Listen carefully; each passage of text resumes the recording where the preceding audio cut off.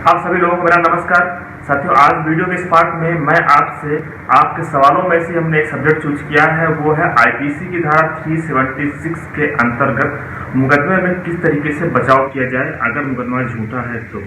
साथियों, मैं जितने भी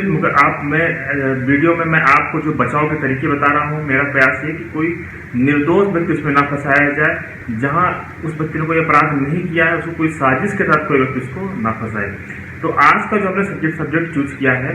साथियों, जो 376 है, ये अपने आप में बेहद कह सकते हैं कि इसके काफ़ी सारे एस्पेक्ट हैं। अगर मैं आपको डिटेल में बताऊंगा तो हो सकता है कि वीडियो 1-2 घंटे की हो जाए, लेकिन मैं जो सबसे ज़्यादा जिस आधार पर मुकदमा दर्ज कराया जाता है, मैं उन 2 सब्जेक्ट की चर्चा करूंगा आपसे, और उसमें कैसे बच सकते हैं मैं आपको ये बताऊंगा सुप्रीम कोर्ट के जजमेंट के माध्यम से। इस वीडियो में आपको सुप्रीम कोर्ट के कुछ 5-6 जजमेंट देखने को मिलेंगे, जिसके माध्यम से आप अच्छे तरीके से समझ पाएंगे कि किस तरीके से केस में अपना बचाव कर सकते हैं। और जो हमने साथियों से सब्जेक्ट चूज किया है, पहला तो ये है कि जहां पे कोई महिला ये कहते हुए मुकदमा दर्ज करवा दे कि उस व्यक्ति ने शादी का झूठा झांसा दे करके उसके साथ संबंध बनाए और उसके बाद वो मुकर गए, इसलिए वो 376 के अंतर्गत मुकदमा दर्ज करा ली है। तो इस तरीके के केस में अगर ये सारी स्टोरी झूठी है तो इस तरीके के केस में आरोपी किस प्रकार से बच सकता है। और जो दूसरा है साथियों, जहाँ पे लड़की वयस्क है, लड़की की जो एज है वो कह सकते हैं कि वो एडल्ट है, और यहाँ पे जो संबंध बने हैं वो आपस में सहमत से बने हैं, लेकिन बाद में उस लड़की ने कुछ कह सकते हैं कि कुछ डिस्प्यूट क्रिएट हुआ दोनों के बीच में, और उसके बाद उस लड़की ने लड़के के खिलाफ ये कहते हैं मुकदमा दर्ज करवा दिया कि उसने उसके साथ जबरदस्ती संबंध बनाए हैं और रेप किया है। तो साथियों, इस कंडीशन में भी किस तरीके से बचाव कर सकते हैं अगर वास्तव में आपके खिलाफ झूठा मुकदमा बनाया गया है और आपको फंसाया जा रहा है तो। साथियों, ये जो 376 हमारे आईपीसी में बताया गया है, इसमें केवल सजा बताई गई है, किस मामले में कितनी सजा होगी। 376 A, B, C, D, E इसमें क्या क्या सजा होगी ये बताया गया है, लेकिन 376 कब होगा, कोई भी मामला वो रेप की कैटेगरी में कब आएगा, बलात्कार की कैटेगरी में कब आएगा, ये बताया गया है 325 आईपीसी में। इसमें बताया गया है कि किस कैटेगरी में ये जो मामला है वो रेप के अंतर्गत आएगा, और ये जो मुकदमा दर्ज किया जाएगा वो 376 के अंतर्गत किया जाएगा। साथियों, इसकी जो अगर मैं आपको ये पूरी आपको जो हमारे आईपीसी 375 में जो बताया गया, अगर मैं आपको एक्सप्लेन करूंगा तो हो सकता है कि आपके लिए वो उतना यूजफुल ना हो। मैं आपको मुख्यतः बात जो बता दूं, इसमें जो मेन जो कह सकते हैं जो इसका ऑब्जेक्ट है साथियों की, जहां पे विदाउट कंसेंट किसी भी महिला के साथ संबंध बनाया जाता है, उस कंडीशन में कह सकते हैं कि वहां पे बलात्कार का मुकदमा दर्ज हो सकता है। विदाउट कंसेंट कह सकते हैं, उसके साथ साथ विदाउट विल भी यूज किया गया है, या फिर कह सकते हैं कि कंसेंट विथ थ्रेट, ये कुछ अलग अलग वर्ड यूज किए गए हैं। लेकिन जहां की मुख्यतः जिन केसों में इस तरह के जो धाराएं दर्ज किया जाता है, वो जैसे कि हमने आपको पहले बताया कि जहां बिना उसकी सहमत से उसके साथ संबंध बनाया गया, उसे झांसा दिया गया, उसे शादी का प्रलोभन दिया गया और उसके आधार पर उसे कंसेंट ली गई। तो इस तरह के जितने भी साथियों जो मामले हैं, हमने देखा है कि इस तरह के मामले को अगर वास्तव में झूठा है तो अगर आप बेहतर तरीके से कोर्ट में अपना पक्ष रखें तो इस तरह के मामले में बरी हो सकते हैं आप। अब हम सुप्रीम कोर्ट के कुछ जजमेंट के माध्यम से समझते हैं कि ये सम्मत, जिसको हमने कंसेंट कहा है, सहमति है जिसका मतलब है, उसे किस प्रकार से हमारे सुप्रीम कोर्ट ने उसको डिफाइन किया है और क्या टिप्पणी किया है कि 375 में जो सम्मत बताया गया है वो क्या है और वो किस तरीके से कहा जा सकता है कि वो सम्मति है। क्योंकि देखिए, जो 376 के जो मामले होते हैं तो ये अमूमन 2 लोगों के बीच में होते हैं, लड़के और लड़की के बीच में होते हैं, इसलिए इसमें जो विटनेस होते हैं उनका अपना रोल नहीं रहता है। क्योंकि और दूसरी बात ये कि इस तरह के केसों में अगर केवल सिंगल जो लड़की है, जो अभियुक्त्री है, केवल उसका अगर जो उसने जो स्टेटमेंट दिया है और जो उसने एग्जामिनेशन और जो क्रॉस एग्जामिनेशन उस लड़की का हुआ है, अगर उसने वहां पे इस तरीके से कुछ स्टेटमेंट दिए हैं कि जिसपे कि कोर्ट बिलीव कर ले, तो केवल एक गवाह के आधार पर भी उस व्यक्ति को सजा दी जा सकती है जो कि रेप के केस का आरोपी है। अब साथियों, सबसे पहले तो हम देखते हैं कि ये सम्मति में क्या बताया गया, और कोर्ट कैसे जज करेगी कि ये सहमत थी या नहीं थी, और किस आधार पे कहा जा सकता है कि हाँ ये सहमत है या नहीं। इस बारे में सुप्रीम कोर्ट का जजमेंट है, हम देखते हैं इसमें क्या बताया गया है। साथ ही ये जो जजमेंट है ये दिलीप सिंह विरुद्ध बिहार राज्य का है और ये सुप्रीम कोर्ट से डिसाइड हुआ था। इसमें माननीय सर्वोच्च न्यायालय ने सिद्धांत प्रतिपादित किया कि अभियोजन का यह भार है कि वह यह प्रमाणित करे कि अभियोक्त्री की सम्मति नहीं थी। माननीय सर्वोच्च न्यायालय ने अवधारित किया है कि किसी अभियोक्त्री की सम्मति थी अथवा नहीं, यह घटना के पूर्व, उसके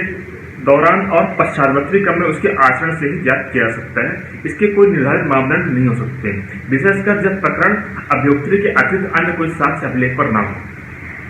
अब इसका मैं आपको एग्जाम्पल करके बताऊं, इसमें क्या बताई गई है, कौन सी बात बताई गई है कि देखिए कई बार क्या होता है कि उस महिला ने, उस लड़की ने सहमति दी या नहीं दी, उसका कंसेंट था या नहीं था, वो उसका ये जो ऑफेंस हुआ है जिस दौरान वो उसके आगे की घटना और उसके पीछे की घटना के आधार पर ही बताया जा सकता है कि हाँ वास्तव में कंसेंट थी या नहीं थी। जैसे हमने अभी एक केस देखा, उस केस में कुछ ऐसा था कि लड़की एक जिले की रहने वाली थी और लड़का दूसरे जिले का रहने वाला था।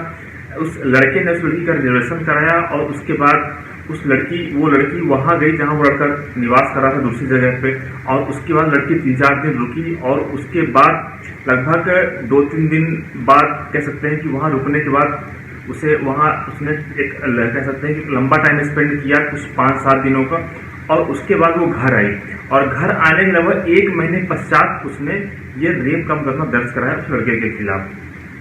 अब साथियों यहाँ पे इस तरह के मामले में जो कोर्ट ने जो निर्णय दिया, कोर्ट ने ये उसमें कहा कि लड़की चूंकि अपनी सहमत से गई थी और कह सकते हैं कि वो बालिग भी थी और उसके बाद वहाँ वो गई, उसके बाद वहाँ पे कुछ दिन रुकी, उसके कुछ फोटो भी थे जहाँ वो लोग कहीं बाहर घूमने भी गए थे, और उसके बाद वो घर आई और उसके 1 महीने पश्चात उसने ये मुकदमा दर्ज करवाया। तो देखिए इस तरह के मामले में कोर्ट ने ये कह सकते हैं कि ऑब्जर्वेशन किया कि लड़की की कहीं ना कहीं इसमें कंसेंट थी, लड़की की सहमति थी, क्योंकि अगर लड़की की सहमति नहीं होती तो निश्चित तौर पर ये दर्ज किया गया है ये पहले कर लिया गया होता और इतना टाइम नहीं लगता उस पर कुछ इस मुकदमे को दर्ज कराने में। तो इस तरीके से आप समझ सकते हैं कि किस तरीके से सहमत को इसमें डिफाइन किया गया है। अब साथ ही एक दूसरा जजमेंट है, उसमें बताया गया है कि सहमत क्या है और किस तरीके से मान सकते हैं कि हाँ ये सहमत है या नहीं है। हम देखते हैं इस जजमेंट में क्या बताया गया है। साथ ही ये जो जजमेंट है ये है प्रमोद सूर्यभान पवार विरुद्ध महाराष्ट्र राज्य का है और ये भी सुप्रीम कोर्ट से डिसाइड हुआ था। इसमें 375 बताया गया कि 375 क्या है। इसमें बताया गया साथियों, माननीय सर्वोच्च न्यायालय ने धारा 375 भारतीय दंड संहिता में सम्मति क्या है इसकी विस्तृत व्याख्या की और अनेक न्याय दृष्टांतों का उल्लेख करते हुए माननीय न्यायालय ने प्रतिपादित किया कि किसी प्रकरण में सम्मति है अथवा नहीं, यह प्रकरण विशेष की साक्ष्य और उस प्रकार की संभावनाओं के आधार पर जांच किया जाना होता है। धारा 375 में सम्मति से आशय संबंध की स्वैच्छिक भागीदारी से है जो कृत्य का परिणाम जानते हुए की गई। अब यहाँ पे साथियों जो कंसेंट बताया गया, जो सम्मति बताया गया है, तो सम्मति का मतलब ये है कि जहां उस लड़की ने, उस महिला ने अगर सम्मति दिया है, इसका मतलब है कि उसके क्या परिणाम होने वाले हैं, उसको इस बात की जानकारी है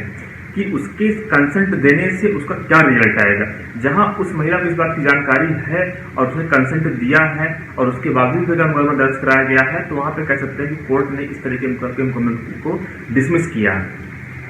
अब साथियों एक जो अगला है पॉइंट है इसमें कि जो बचाव का हमारे लिए कह सकते हैं कि एक आधार हो सकता है कि जहां पे मुकदमा देरी से दर्ज कराया जा रहा है, जहां की FIR देरी से दर्ज कराई गई है। मान लीजिए जैसे हमने आपको अभी घटना बताई कि उस केस में 1 महीने की देरी से FIR दर्ज करवाई गई थी। वैसे किसी भी केस में FIR दर्ज कराने के लिए ऐसा नहीं है कि 10 दिन बाद कराई जाए, 1 महीने कराई जाए, 2 महीने बाद कराई जाए। हाँ, कुछ मामलों में खासकर इस सुप्रीम कोर्ट ने भी माना है कि जहां पे कुछ ऐसी बात है कि उसे डराया धमकाया जा रहा था, महिला को, लड़की को डराया धमकाया जा रहा था और वो कह सकते हैं कि वो संकोच बस या उसके कुछ आचरण से ऐसा प्रतीत हो रहा है कि लड़की कहीं डर में, भय में थी, इस वजह से मुकदमा दर्ज करवाया नहीं करवाया, तो वहां की बात अलग है। लेकिन जहां अमूमन इस तरह की कोई घटना नहीं है कि उसके ऊपर कोई दबाव था और उसने जानबूझ करके उसने डिले किया, तो वहां पे कोर्ट ने कुछ कह सकते हैं कि एडवर्स डिसीजन लिए हैं और इसका जो फायदा मिला है वो आरोपी को मिला है कि इतने दिनों बाद मुकदमा दर्ज कराया गया है। अब साथियों जो इसका जो अगला पॉइंट है वो हम देखते हैं कि इसमें क्या बताया गया है। अब साथियों इसमें यह है कि जहां पे इस आधार पर मुकदमा दर्ज कराया जाता है कि लड़की ये बोलती है, महिला ये बोलती है कि उसकी सहमत नहीं थी इस तरीके के मुकदमों में, ये जो कह सकते हैं घटना हुई है। तो वहां पे मुख्यतः आरोपी को ये साबित करना होता है कि उसकी सहमति थी, वो उसके एक्ट से, उसके कह सकते हैं कि उसके जो ऑफेंस हुआ है उसके आगे पीछे घटनाओं से उसे ऐसा साबित करना होगा कि जो उनके बीच जो रिलेशन है वो सहमत से हुआ है, ना कि जबरदस्ती किया गया है। हमने एक साथियों केस देखा, उस केस में लड़की ने ही लड़के को एक व्हाट्सएप के जरिए मैसेज किया था और उसकी चैट के माध्यम से ये ऐसा प्रतीत हो रहा था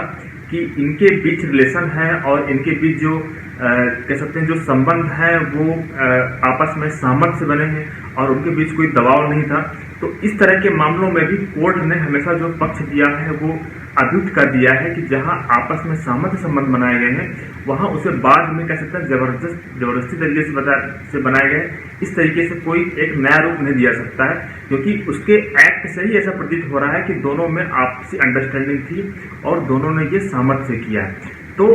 जहां पे भी इस तरह के मुकदमों की बात हो और आपको ये जानकारी हो कि ये जो हम लोग का जो रिलेशन था वो कह सकते हैं कि आपस में अंडरस्टैंडिंग था और कंसेंट थी दोनों की, इसमें कोई ऑब्जेक्शन नहीं था,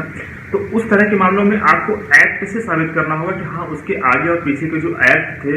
वो इस प्रकार से नहीं थे कि उसके साथ जबरदस्ती कोई इस प्रकार से कह सकते हैं कोई घटना कारित की गई है। साथियों इसी से जुड़ा हुआ एक अगला भी है, इसमें भी कुछ ऐसा ही बताया गया है कि हाँ वहां पे उसके एक्ट का और सहमत का क्या रोल है, हम इस जजमेंट के जरिए समझते हैं। अब साथियों ये जो जजमेंट है ये है सलमान विरुद्ध मध्य प्रदेश राज्य, ये हाई कोर्ट से डिसाइड हुआ था। इसमें यह व्यक्त किया गया है कि अभियुक्त एक वयस्क लड़की थी तथा विवाह से पूर्व सहमत देने के परिणामों से परिचित थी। ऐसी दिशा में यह नहीं माना जा सकता है कि अपीलार्थी ने अभियुक्त के साथ शारीरिक संबंध उसकी सहमति के बिना बनाए। अब साथियों इस मामले में एक नई बात आपको समझ आई होगी कि जहां लड़की एडल्ट है और उसे इस बात उसके परिणाम पता है कि हाँ इस तरह के जो एक्ट है उसको करने से क्या हो सकता है और इसके क्या रिजल्ट आने वाले हैं और इसको ना करने से क्या होगा और हाँ करने से क्या होगा। तो इस तरह के मामलों में कोर्ट ने अभियुक्त आरोपी कह सकते हैं कि आरोपी के फेवर में जजमेंट दिया है कि जहां लड़की बालिग है और उसके परिणाम को जानने समझने में सक्षम है तो वहां इस तरह के मामलों में कह सकते हैं कि इसका जो जजमेंट का जो फेवर है वो आरोपी की साइड हुआ है और इसका फायदा निश्चित तौर पे आरोपी को मिला है। इसी प्रकार से साथ ही एक जजमेंट और है, उस जजमेंट में कुछ ऐसा था कि लड़की प्रेग्नेंट थी और उसने 4-5 महीने तक अपने घर वालों को नहीं बताया, उसके बाद उसने लड़की जो FIR है वो दर्ज करवाई। उस केस में भी कुछ ऐसा हुआ था कि कोर्ट ने ये माना कि अगर कोई 4-5 महीने की प्रेग्नेंट लेडी है और उसने इससे पहले तक ये FIR दर्ज नहीं करवाई जबकि उसे इस बात की जानकारी थी कि वो प्रेग्नेंट है, उसके बाद उसने थाने में जाके रेप का ये जो मुकदमा है वो दर्ज कराया। उस केस में देखते हैं कोर्ट ने क्या टिप्पणी किया है। साथ ही ये जो फैसला था ये था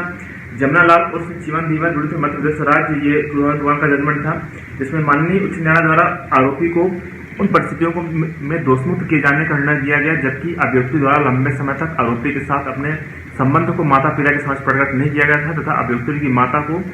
5 माह के गर्भ की जानकारी होने पर घटना के 2-3 माह बाद प्रथम सूचना रिपोर्ट दर्ज करवाई गई थी। तो साथियों ये कुछ जजमेंट थे जो हमने देखे और इस तरह के केस में काफी सारे जजमेंट हैं जिनका जिक्र करना यहाँ जिक्र करना मुश्किल हो क्योंकि वीडियो काफी लंबा हो चला है और अगर मैं सारे जजमेंट का जिक्र करूंगा तो हो सकता है कि अपलोड करने में दिक्कत हो वीडियो को। इसलिए अगर आप लोग चाहेंगे तो इसके मैं पार्ट 1, पार्ट 2, पार्ट 3 करके और भी जो जजमेंट है 376 से संबंधित उनको मैं अपलोड करूंगा। लेकिन फिलहाल आप इस वीडियो को देख के बताएं कि आपको वीडियो कैसा लगा और इसके अलावा आप किस किस तरीके से कौन कौन सी परिस्थितियां हैं, क्योंकि देखिए इस तरह के मामलों में बेसिकली जो सर्कमस्टेंस होता है वो अलग अलग होता है। तो जिस तरीके से परिस्थितियां होती हैं उसके अकॉर्डिंग ही सुप्रीम कोर्ट के जजमेंट होते हैं और हाई कोर्ट के जजमेंट होते हैं और उन परिस्थितियों के आधार पर ही टिप्पणी की जाती है कि हाँ इस तरीके के मामले में किस तरीके से क्या सही होगा क्या गलत होगा। इसमें जो एक्यूज है उसको कन्विक्ट करना चाहिए कि उसको एक्यूट करना चाहिए, एक्यूटल करना चाहिए, ये केवल परिस्थितियों पर ही निर्भर करता है। और आप इस चैनल को सब्सक्राइब करें ताकि मेरे जो भी वीडियो हैं आप तक नोटिफिकेशन के जरिए प्राप्त होते रहें। और बाकी अगर आपके कुछ सवाल हैं तो आप मुझे व्हाट्सएप के जरिए संपर्क कर सकते हैं। धन्यवाद साथियों।